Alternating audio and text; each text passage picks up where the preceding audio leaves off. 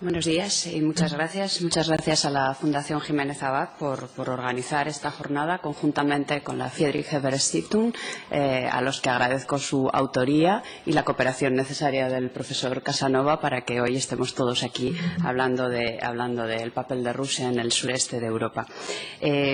Quiero decir que cuando se me plantea afrontar los aspectos estratégicos y geopolíticos del tema que hoy nos ocupa, la primera reflexión es acerca de qué entendemos por temas estratégicos.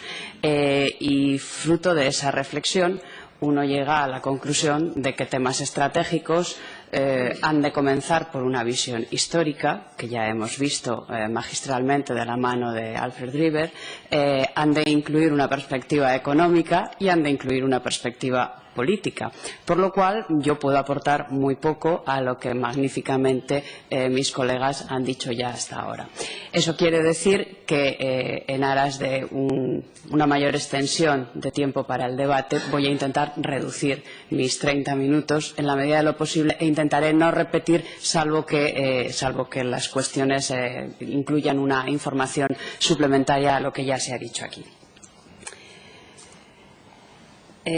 Intentaré analizar el significado histórico del establecimiento de bases militares en territorio extranjero y dónde se ubican las bases militares rusas, con qué capacidades, sin cansarles excesivamente con los aspectos defensivos. Y si me centro en este aspecto militar es precisamente porque la parte que no es militar esencialmente ha sido abordada ya anteriormente, pero todas están conectadas e intentaré hacer ver esa conexión entre todos los temas.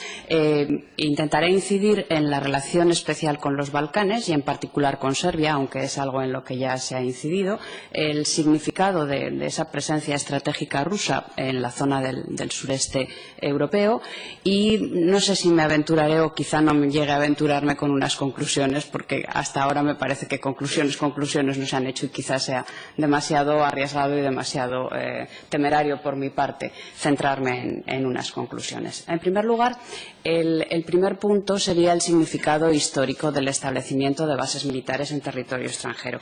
Es una afirmación, creo que generalmente aceptada, que la presencia de bases militares en territorio extranjero es un mecanismo para el reparto o para la distribución de poder mundial. Las grandes potencias tienen bases militares en países extranjeros. Los pequeños estados, los medianos estados, no tenemos ninguna base militar en ningún país extranjero. Por lo tanto, estamos hablando de un mecanismo de presencia, de un mecanismo de influencia y, de alguna manera, considerado en términos realistas, de un mecanismo de distribución del poder mundial. De esta manera podemos constatar la presencia de numerosísimas bases militares de los Estados Unidos durante y tras la Guerra Fría como modo de estar presentes en aquellas zonas que se consideran de un interés estratégico. Y de la misma manera podemos hablar de algún ejemplo de bases militares en el exterior, por ejemplo, de países europeos como Francia. Lo mismo hace en aquel entonces la Unión Soviética en sus países satélites, presencia militar continuada, permanente, en estos países. Y tras la Guerra Fría, esas bases militares, igual que ocurre con las bases militares de Estados Unidos, algunas desaparecen. En el caso de la Unión Soviética desaparecen muchas, porque la situación económica es una situación desastrosa, entonces desaparecen muchas de esas bases militares, algunas se mantienen y alguna nueva ha surgido en los últimos tiempos, o se ha establecido en los últimos tiempos por razones del contexto estratégico en general que se ha producido, vamos a decir, en los últimos 10 años aproximadamente. Principalmente Rusia mantiene esas bases militares, por eso es relativamente breve la explicación por lo que se refiere al sureste de Europa, porque las principales se encuentran en los países de Asia Central, ex repúblicas soviéticas, pero hoy, países de Asia Central. Para contrarrestar, y esto lo desarrollaré un poco más adelante, en buena medida para contrarrestar la presencia norteamericana en la zona. Hay un momento en que estratégicamente Estados Unidos dota de mayor importancia en su política exterior la presencia en los países de Asia Central. Entonces, Rusia, como vecino y además como antigua parte de la Unión Soviética, considera que esa presencia norteamericana hay que contrarrestarla porque entra dentro de lo que, no sé si todavía hoy podemos llamarlo así, siendo correctos políticamente, pero desde luego sigue funcionando dentro de lo que denominaríamos las zonas de influencia que tienen las grandes potencias, o la gran potencia o los que aspiran a ser grandes potencias. Es especialmente relevante en el caso ruso, es especialmente relevante la presencia militar en Ucrania, por razones históricas, por la pertenencia de Ucrania a la Unión Soviética, anteriormente de la existencia de la Unión Soviética, esa vinculación permanente de Ucrania al Imperio ruso. Y hablando de Ucrania, pues tenemos que hablar naturalmente de la base militar de Sebastopol. Sebastopol, que es una ciudad autónoma gobernada por Rusia y parte del Distrito Federal de Crimea, con un 60% de la población que se identifica como rusa. Lo más importante a los efectos que aquí quiero desarrollar es que Sebastopol es la base de la flota rusa del Mar Negro. Y lo es así desde que se desintegra la Unión Soviética, desde antes, durante la Unión Soviética, pero continúa siendo la base para la flota del Mar Negro después de la desintegración de la Unión Soviética. Luego hablaré muy brevemente de la presencia en Crimea, anexionada por Rusia en 2014. Como digo, tras el colapso de la Unión Soviética, un número considerable de bases militares soviéticas se cierran, pero se mantienen o se recuperan bases a lo largo del espacio postsoviético. Me centraré más en el Cáucaso Sur, pero también hay en Belarus, en Kazajstán, en Kirguistán, en Tayikistán y en Moldova. Actualmente bueno, no es exacto el número de bases militares que existen de Rusia en el exterior. He visto fuentes que hablan de 25. Las fuentes que en la actualidad utilizan los Estados Unidos, la verdad que es una fuente bastante peculiar, que es una base elaborada por Al Jazeera. Al Jazeera tiene un mapa donde aparecen las bases, un mapa interactivo donde aparecen las bases militares rusas. Curiosamente, de acuerdo con Al Jazeera, serían 19 las bases militares rusas en el exterior. De acuerdo con otros autores, estaríamos hablando de 25. No es que haya equivocaciones, es que hay algunos establecimientos militares que para algunos tienen la consideración de bases y para otros simplemente son antiguos establecimientos militares que no tienen operatividad como tales. Entonces, ni la propia Rusia los considera bases militares. Entonces, yo creo que ahí está esencialmente la diferencia. En Europa, y son las que nos interesarían aquí, estarían las de Ucrania, Sebastopol, Belarus, Moldova, Armenia, Azerbaiyán y Georgia. Azerbaiyán es la típica que no aparece en la base de Al Jazeera, no la consideran siquiera relevante. Y fuera de Europa, pues como ya he dicho, Tayikistán, Kazajstán, Kirguistán y luego la base de Tartus en Siria, que tampoco Rusia la considera como una base militar stricto sensu, sino como un lugar que en tiempos tenía una importancia y que ahora se ha revitalizado, no sé si por parte de Rusia o por parte de todos los demás estados que no son Rusia, como una presencia militar de Rusia en Siria, habida cuenta de la situación en este país. Centrándome en algunas de estas bases, por ejemplo, y creo que a nadie sorprenderá, una de ellas es la que existe en Moldova, la base militar de Transnistria. Esta base es una base antigua, existe desde 1956, pero desde la desintegración de la Unión Soviética, curiosamente, no tiene la consideración de base militar, tiene la consideración de operación de mantenimiento de la paz. Cuenta, bueno, no les voy a cansar con el número de brigadas motorizadas, regimientos, misiles antiaéreos, etcétera, etcétera. Esto, si quieren y les interesa algo en particular, lo dejamos para el debate. No es excesivamente grande, contará aproximadamente con 1.500 personas. Si vamos a Sebastopol, efectivamente Sebastopol es la más grande de todas ellas, es la base de la flota del Mar Negro desde 1783 y cuenta pues aproximadamente con 13.000 soldados y unos 16.000 especialistas civiles dentro de la base. Tras el colapso de la Unión Soviética, y esto es lo que quería explicar, Rusia y Ucrania recuerden que que discutieron durante bastante tiempo acerca de cómo dividir la flota del Mar Negro, porque Sebastopol quedaba, ya no era Unión Soviética, quedaba en territorio ucraniano, entonces se planteaba la cuestión de cómo dividir esa flota. Finalmente se llegó a una solución en mayo del año 1997, limitando el tamaño de la flota rusa a 388 barcos y 161 aviones. Y este acuerdo se supone que era válido hasta 2017. 2017, previo pago de 98 millones de dólares al año por parte de Rusia. ¿Qué es lo que ocurre? Tras la anexión de Crimea, inmediatamente el Kremlin anuló todos estos acuerdos, tomó el control de las 193 instalaciones militares ucranianas y por supuesto, se queda gratis, sin pagar. Las capacidades de esta flota del Mar Negro son con mucho también las mayores de todas las bases militares rusas. No solamente por lo que tienen en la actualidad, como por las capacidades proyectadas en el futuro inmediato. Aquí estarían los misiles de crucero Moscú, los proyectos de barcos antisubmarino, 2 proyectos de buques de asalto y un submarino también en proyecto, que últimamente no ha tenido Rusia mucho éxito con sus submarinos en proyecto, porque parece que no acaban de resolver todos los problemas técnicos que tienen. Aparte de eso, se encuentra también la base de la flota en Crimea, con una ala aérea, un regimiento de marina independiente, uno de cañoneros guardacostas, etcétera, etcétera. O sea, es la presencia más importante y más contundente.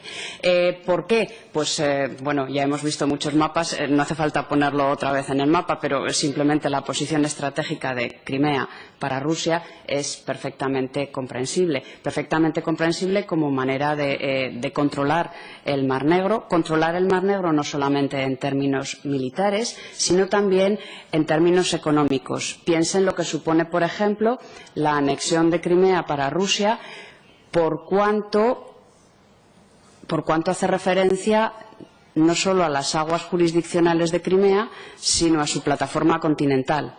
Entonces van extendiendo plataforma continental de Crimea, fuente de recursos, y entonces se ve la importancia económica también. Y luego, al tener esa zona, una nueva zona de mar territorial, plataforma continental y zona económica exclusiva, facilita el paso de buques rusos sin necesidad de tener que pedir permiso a otros países para llegar hasta los famosos estrechos turcos y el acceso al mar Mediterráneo. Finalmente, es el acceso al mar Mediterráneo lo que cobra la mayor importancia estratégica del conjunto de la península de Crimea para Rusia.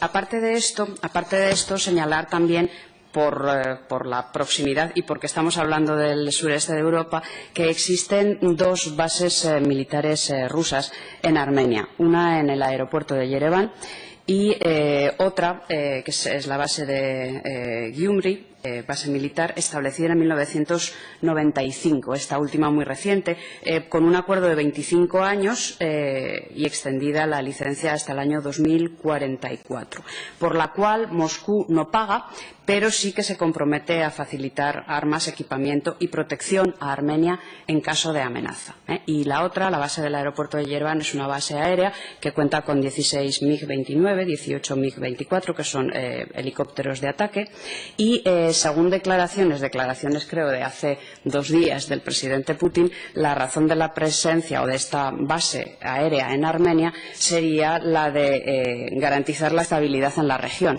a lo cual inmediatamente surgieron o llovieron todas las críticas del mundo al presidente Putin, porque en el acto que manifestó esto estaba criticando la presencia de bases norteamericanas por todo el mundo. Entonces, a continuación dice, no, estas son las bases rusas, y Armenia, le preguntan por Armenia, y dice, no, Armenia es para estabilizar la región, y entonces le achacan que es el mismo argumento que utilizan los Estados Unidos, por ejemplo, para mantener bases militares en Japón o en Corea del Sur. Entonces, es exactamente el mismo argumento, pero en este caso utilizado por Rusia para la presencia en Armenia. Y luego a esto tenemos que añadir, ya hemos visto que la segunda de las bases militares en Armenia es reciente, pero a esto tendríamos que unir las bases militares todavía más recientes en Osetia del Sur y en Abjasia. Entonces, en Osetia del Sur hay dos bases militares rusas, una en la capital, establecida en el año 2009, otra en Java, también establecida en el 2009. La verdad es que son muy parecidas en cuanto a sus características, porque las dos se establecen por un periodo de 49 años. No les canso con las capacidades de cada una. Y en Abjasia hay otras dos bases, la base militar de Gali y la base militar de Gudanta, establecidas también en el año 2009. Todas estas a raíz de la guerra en Georgia. Entonces, a raíz de la guerra en Georgia, Rusia estabiliza su presencia en estos dos enclaves separatistas de Osetia del Sur y de Abjasia, únicamente reconocidos por Rusia, bueno, como grandes países, por Rusia y algún otro país. Bueno, entonces esta es la situación de las bases militares y las capacidades desplegadas. Efectivamente, la principal razón de ser de las ucranianas en territorio de Crimea hoy es el acceso al Mediterráneo, a Turquía y a Europa suroriental. Y la protección de la población rusa en Transnistria sería la otra explicación de la base de Transnistria, el papel estabilizador en la región en el caso de Armenia. Y en Osetia del Sur, la protección de la población rusa. Y nuevamente este es un argumento también muy utilizado por Estados Unidos. Como hay población norteamericana, vamos a proteger a la población norteamericana. Da lo mismo, los argumentos no son nada novedosos. Siempre que se quiere establecer una base militar en el exterior, existe una buena razón, un buen argumento para esgrimirlo. Aparte de esto, quería centrarme, porque también es estratégico lo que no es militar, en la particular relación tradicional de Rusia con los Balcanes. Tradicional relación de la que se ha hablado aquí abundantemente y de una manera muy esclarecedora, y ese papel tradicional de Rusia en los Balcanes viene particularmente marcada en el caso de Serbia. Serbia es la mayor parte de este territorio y se ha considerado siempre como un pilar clave para el dominio ruso en el sureste europeo. De todos los estados que hoy componen la antigua Yugoslavia, es con Serbia con quien Rusia mantiene una relación más estrecha, por razones culturales, por razones religiosas también. Entonces, Rusia ha intentado mantener con todas las repúblicas ex-yugoslavas una relación para satisfacer sus intereses de presencia en la zona, los Balcanes, que es una zona, como ya se ha dicho aquí, de tradicional disputa entre imperios como el ruso, el austriaco, el prusiano o el napoleónico. Por lo tanto, y como se ha resaltado en el debate, una zona de permanente deseo entre todas las potencias que en Europa o en el mundo han sido. Entonces, para ejercer su influencia sobre la región, Rusia ha utilizado particularmente la energía, en concreto la construcción de gasoductos para abastecer la zona, y de esto se ha hablado también suficientemente. Así, durante la última década, la política regional de Rusia en los Balcanes se ha basado en el pragmatismo y en una realpolitik en sentido estricto. Política motivada esencialmente por las capacidades tanto energéticas como capacidades de tránsito por la región balcánica. Tras la firma de la Declaración de Partenariado Estratégico entre Serbia y Rusia en mayo de 2013, es decir, antes de ayer, en términos históricos, las inversiones alcanzaron más de 3 billones de dólares, y especial relevancia tuvo en ese momento la construcción del South Stream, del gasoducto del South Stream, que debía de transportar 63 billones de metros cúbicos anuales, y estaba llamado a ser el instrumento para que Rusia ganara presencia y relevancia en la región.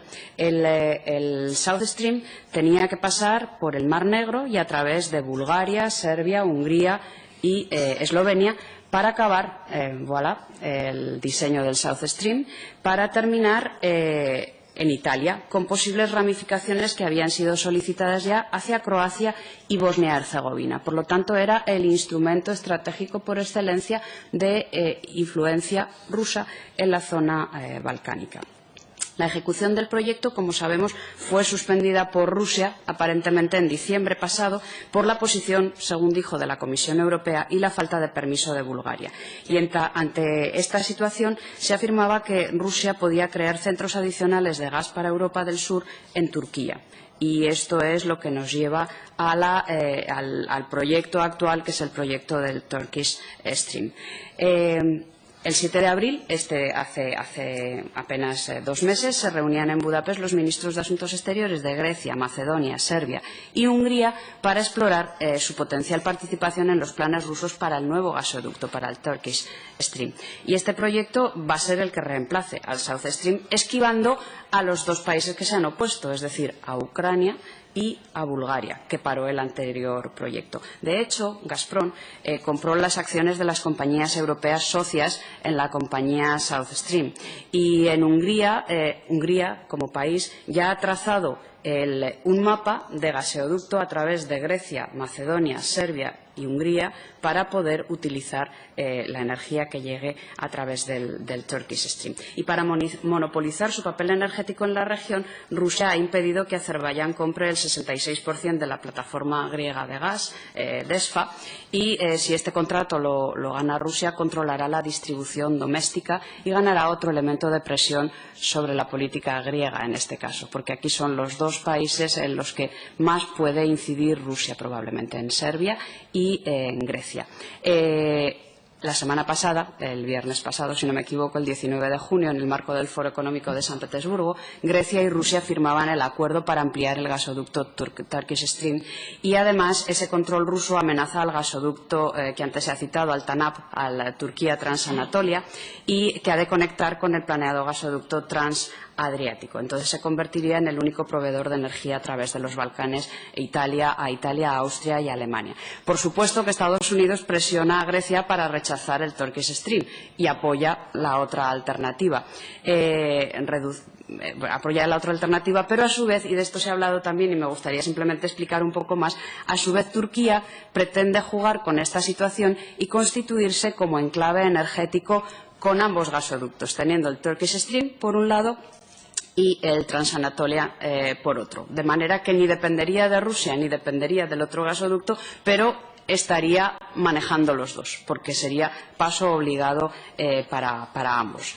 Entonces, el instrumento energético por parte de Rusia ha sido combinado con la diplomacia cultural ejercida a través del Russian Institute of Strategic Studies, que ha abierto centros en numerosos países del sureste europeo, en Sofía, en Belgrado, por ejemplo.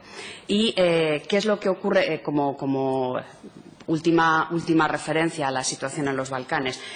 Pues que las repúblicas yugoslavas, particularmente Serbia, pero todas ellas, deben de combinar hoy su relación con Moscú con la que pretenden estrechar con la Unión Europea. Entonces, para los países balcánicos están en una doble disyuntiva, Unión Europea y Rusia. Y la verdad es que parece que estén forzados a elegir, porque la Unión Europea es quien más fondos aporta y a cuyo seno aspiran a pertenecer. Y esto supone un límite objetivo a la influencia rusa en los Balcanes.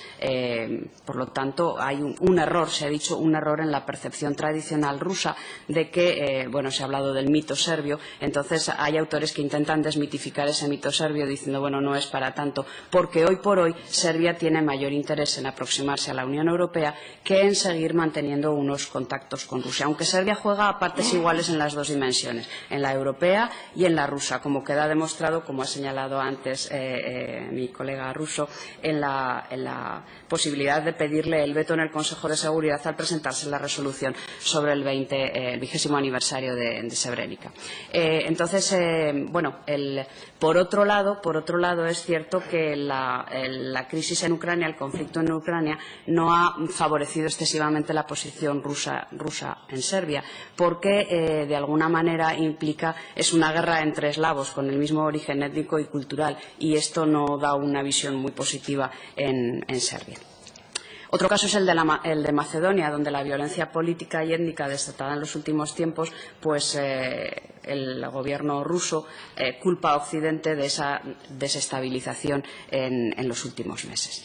Entonces, a la conclusión no es una conclusión, pero a lo que quería llegar con toda esta avalancha de datos es que a lo largo de la historia, tanto la más remota como la más próxima, la presencia militar o de otro tipo de Rusia por razones estratégicas y geopolíticas, creo que puede decirse que suele ser siempre la reacción a la presencia previa de un contrincante estratégico, normalmente Estados Unidos. Desde 2012 Rusia moderniza su flota en Sebastopol, en el Mar Negro, con motivo de la crisis de Siria.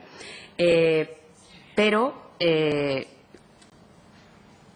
esto se produce a partir de que los Estados occidentales discuten la zona de exclusión aérea en Siria e incrementan su presencia en la zona. Entonces, es en ese momento, ante un incremento de la presencia militar de lo que podríamos llamar occidental de la OTAN en la zona de Siria, cuando Rusia moderniza esa flota a fin de que pueda hacer frente a cualquier eventualidad en el territorio de Siria. Cuando se desencadena la crisis de Ucrania, la OTAN ha estado incrementando la presencia en Europa del Este, según dice la OTAN, palabras textuales, para contrarrestar a Rusia. Entonces, lo que hace Rusia es, ante la presencia de la OTAN, incrementar su esfuerzo militar para contrarrestar la presencia de la OTAN. Si se dan cuenta, esto es un ejemplo paradigmático de un dilema de seguridad. Cada vez que uno da un paso, el otro da otro más para afianzar su posición. No voy a entrar en las decisiones adoptadas en la última cumbre de Gales de la OTAN, donde se habla de aprobar, de doblar el tamaño de la fuerza de reacción rápida de la OTAN, de la fuerza comandada, una fuerza comandada de forma rotatoria por varios países europeos, el establecimiento de un cuartel general nororiental en Polonia, otro más pequeño en el sudeste europeo, en Rumanía, y asimismo se acuerda la creación de centros de mando con personal de la OTAN en Polonia, en Bulgaria, en Rumanía y en los 3 países bálticos. Inmediatamente la reacción de Rusia es fulminante. Es preocupante crear capacidades operacionales que permitan a la alianza reaccionar cerca de la frontera rusa. Ya no les voy a decir nada del último despliegue de Estados Unidos unilateralmente de capacidades en la zona de Europa del Este, lo cual ha llevado a Rusia a declarar que va a instalar 40 nuevos misiles balísticos de la más moderna tecnología capaces de superar cualquier sistema antimisiles. Si seguimos así, no paramos, no se para nunca la escalada.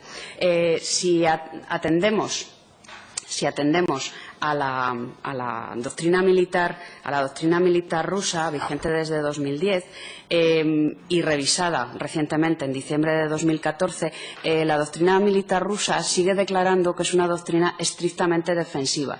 Y digo esto porque normalmente lo que desde este lado vemos como una agresión, desde el otro lado se ve como una mera reacción de defensa.